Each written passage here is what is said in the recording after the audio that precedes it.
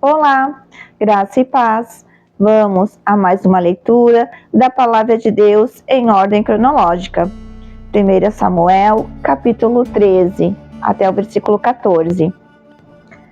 Samuel repreende Saul. Saul tinha 30 anos de idade quando começou a reinar e reinou sobre Israel 42 anos.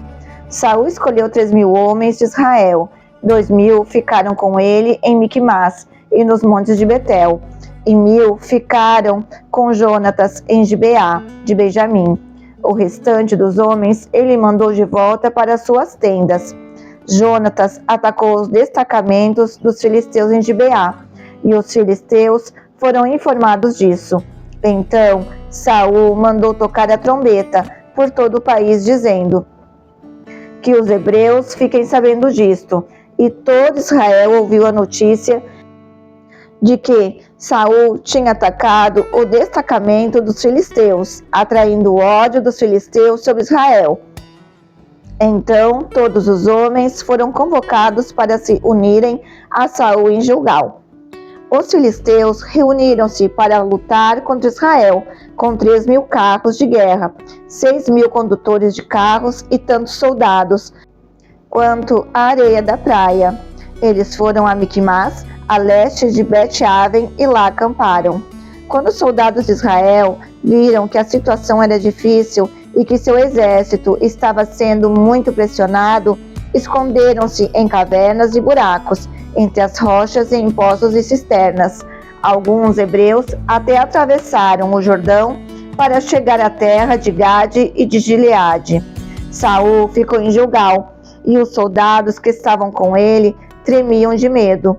Ele esperou 7 dias, o prazo estabelecido por Samuel, mas este não chegou a Gilgal, e os soldados de Saul começaram a se dispersar. E ele ordenou: tragam-me o holocausto e os sacrifícios de comunhão. Saul então ofereceu o holocausto. Quando terminou de oferecê-lo, Samuel chegou e Saul foi saudá-lo. Perguntou-lhe Samuel: o que você fez? Saul respondeu: quando vi que estes soldados estavam se dispersando e que não tinhas chegado no prazo estabelecido e que os filisteus estavam reunidos em Miquimás, pensei: agora os filisteus me atacarão em Gilgal, e eu não busquei o Senhor. Por isso senti-me obrigado a oferecer o holocausto. Disse Samuel: você agiu como tolo, desobedecendo ao mandamento que o Senhor, o seu Deus, lhe deu.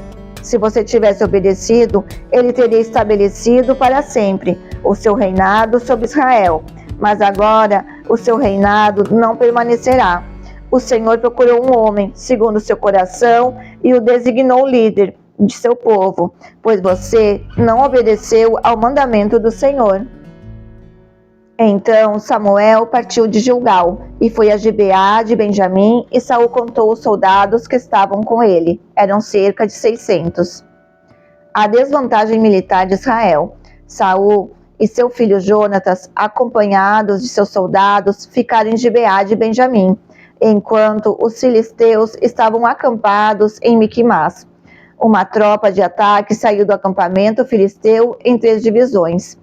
Uma foi em direção a Ofra, nos arredores de Sual, outra em direção a Bet-Horon, e a terceira em direção à região fronteiriça, de onde se avista o vale de Zeboim, diante do deserto.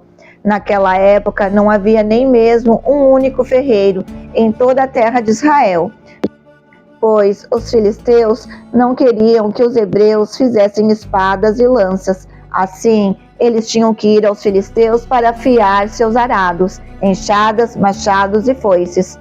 O preço para afiar rastelos e enxadas era 8 gramas de prata, e 4 gramas de prata para afiar tridentes, machados e pontas de agulhadas. Por isso, no dia da batalha, nenhum soldado de Saul e Jonatas tinha espada ou lança nas mãos, exceto o próprio Saul e seu filho Jonatas. Reflexão. Como rei de Israel, Saul ele devia submeter-se à liderança divina. 1 Samuel, capítulo 10, verso 24. A ordem específica de Deus tinha sido dada a Saul por meio do profeta Samuel. Durante a pressão da crise militar, Saul não seguiu as instruções de Deus. Ele escolheu agir a seu modo, considerando este o melhor plano. Ele desobedeceu a palavra de Deus e assim pecou.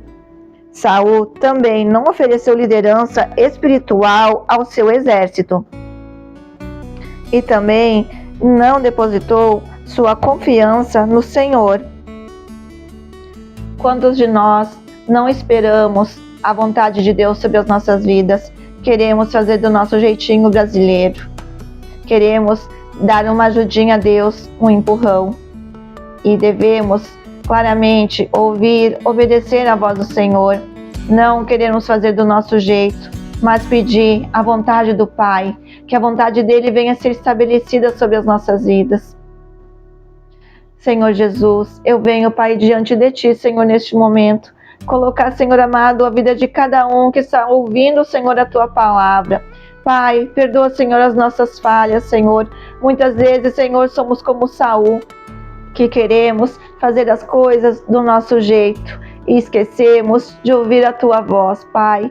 Perdoa-nos, Senhor, que possamos a cada dia, Senhor, ouvir a Tua voz claramente em nossos corações. Que não venhamos, Senhor, dar brecha, Senhor, para o inimigo, Pai, mas que possamos, Senhor, ouvir a Ti, Senhor, que possamos ser segundo o Teu coração. Alinha, Senhor, a Tua vontade, Senhor, sobre as nossas vidas. É que eu te peço, te agradeço em nome de Jesus. Amém.